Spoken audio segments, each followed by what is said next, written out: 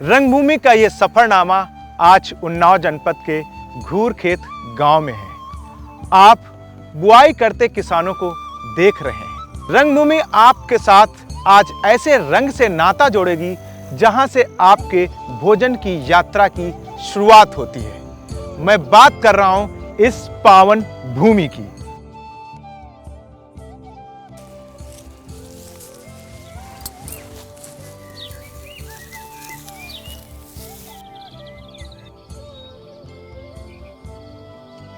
साथ ही इन पुरुष किसानों के साथ उन अदृश्य महिला किसानों की भी हम बात करेंगे जो इन पुरुष किसानों के साथ लगातार उनके कंधे से कंधा मिलाकर किसानी का कार्य कर रही हैं। कब से खेती कर रही हैं आप?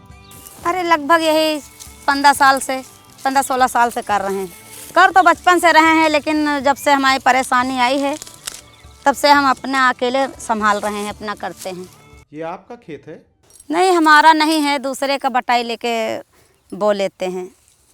अपने मायके में रहते हैं, ससुराल में भी कुछ नहीं था। हमारे पति नहीं रहे, उसके बाद खेती बाड़ी नहीं थी तो मजबूरन हमको खेती करना पड़ा और मजदूरी भी करने जाना पड़ा हमको। तो मजदूरी करके अपने बच्चे पाले हैं। सब हरा चट डालेगी हमारे खेत, इसलिए डंडा लगा रहे हैं। नहीं रुकेंगे, कुछ कांटा वाटा लगाएंगे तभी चट डरते हैं, लगा रहे हैं। अब जितने लगा पाएंगे उतने लगाएंगे। ये खेत किसके नाम पर है? हमारे पति के, हमारे नाम नहीं है, उसी के नाम है। नहीं, हम भी करते, वही भी करते हैं। नाम किसका होता? पति का। किसानी तो आप अपने पति के साथ कर रही हैं। अरे हम भी करते हैं तो नाम तो उसका होता है। अब भाई अपना नाम थोड़ा चलाएंगे, उसी का नाम चलाएंगे ना। ये जो बीज आप इस्तेमाल कर रही हैं उसे कहाँ से लिया आपने? सब लोग तो बिलाक से खरीदते हैं, लेकिन हम तो अपना घर का जो इसी खेत से पैदा होता निकलता है वही रख लेते हैं, फिर वही इस्तेमाल करते हैं, दोबारा बो देते हैं। महंगाई की वजह से और थोड़ा अपना घर का रखा हुआ ये अपने 4-5 मिट्टी खाया हुआ अनाज है जो अच्छी रोटियां और खाने में फायदा करता है, अच्छा रोटी बनती है। ये देसी बीज है कि हाइब्रिड बीज है? नहीं, देसी है ये। देसी बीज की पहचान क्या है? पहचान यही है कि वो हाइब्रिड है, थोड़ा बिया में थोड़ा बड़ा बड़ा होता है थोड़ा सा, ये थोड़ा छोटा बीज होता है इसका। आज की ये कहानी दरअसल इन्हीं मुद्दों पे है। अदृश्य महिला किसान, देसी बीज और ऑर्गेनिक खाद। ने बप्पा के साथ खेती करते पहले छोटे में, तब ये सब थोड़ी ना था। ये खाद वाद कम डालते, ये गोबर की पांस बप्पा लोग डालते थे अपने खेत में, तो साथ साथ में हम लोग भी जाते थे, तो जानकारी है थोड़ा बहुत। गोबर की पांस से खाद ना डालो तब भी अनाज बढ़िया पैदा होता है। हाँ, अब तो है कि अब खाली यही डालते हैं लोग, खाद डाल दिया, फिर पानी लगाया, फिर खाद डाल दिया, उसके बाद ना डाले तो पैदा नहीं होगा कुछ। हम बड़े बड़े प्रमोशन करते हैं सेफ सॉइल के लिए, पर हम सेफ सॉइल के लिए कर क्या रहे हैं? पुराने फर्टिलाइज़र यूज़ कर रहे हैं जो हमारे सॉइल को वेस्ट कर रहे हैं। हम वर्मी कंपोस्ट यूज़ करते हैं तो हम एक्चुअल में सेफ सॉइल कर रहे हैं। हम लोग जब कोविड टाइम में अपने होम टाउन आए तो हम जैसे एनसीआर में रहते हैं, हम पैकेट्स में ऑर्गेनिक के नाम पे कुछ भी खरीदते हैं। हमने देखा हम जो खाद ही यूज़ कर रहे हैं अपने खेतों में वही ऑर्गेनिक नहीं है।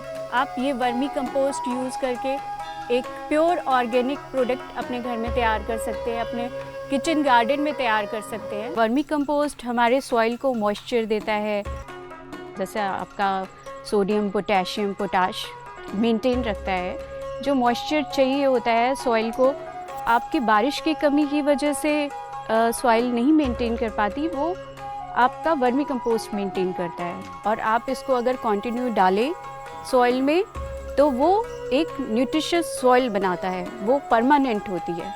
जब आप फर्टिलाइज़र यूज़ करते हैं, केमिकल प्रोडक्ट यूज़ करते हैं तो वो परमानेंट न्यूट्रिशियस नहीं होती है। बट अगर आप वर्मी कंपोस्ट यूज़ कर रहे हैं, ऑर्गेनिक प्रोडक्ट यूज़ कर रहे हैं तो आपकी सॉइल हमेशा के लिए न्यूट्रिशियस बनती है और एक अच्छा फूड प्रोडक्ट तैयार होता है।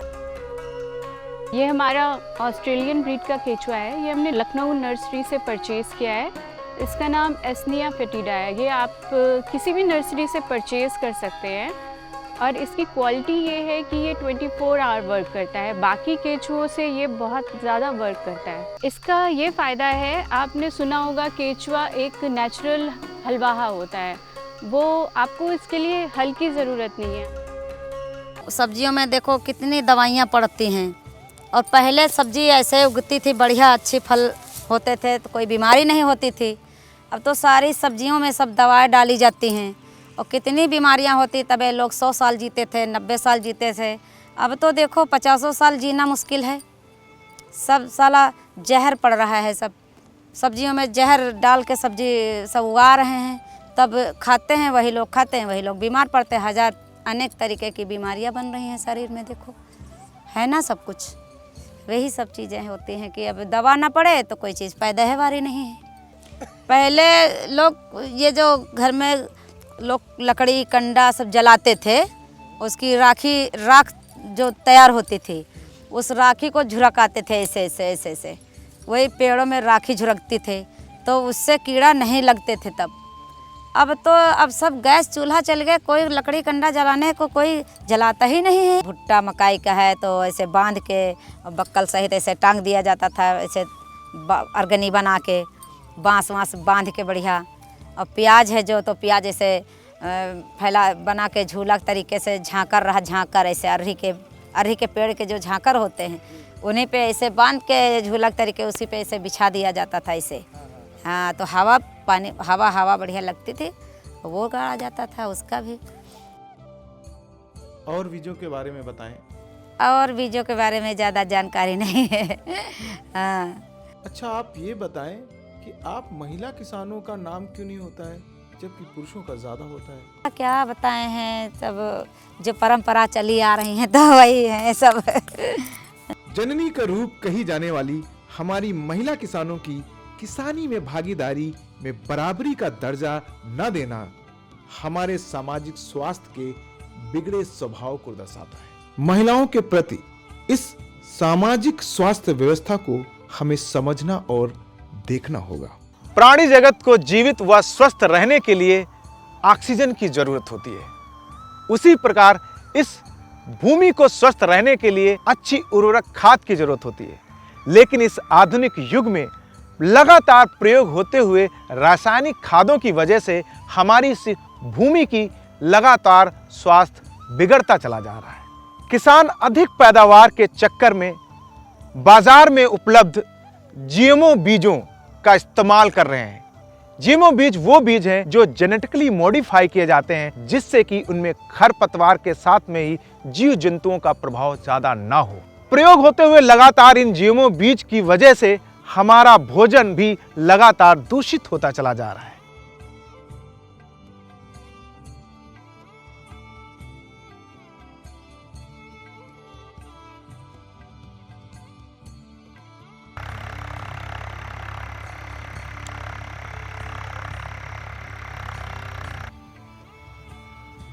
इस कहानी का यही सार था कि अगर हमारे खेत स्वस्थ होंगे तो हम स्वस्थ होंगे। रंगभूमि परिवार जल्दी आपके साथ एक नई प्रेरणादायी कहानी के साथ होगा। तब तक के लिए धन्यवाद।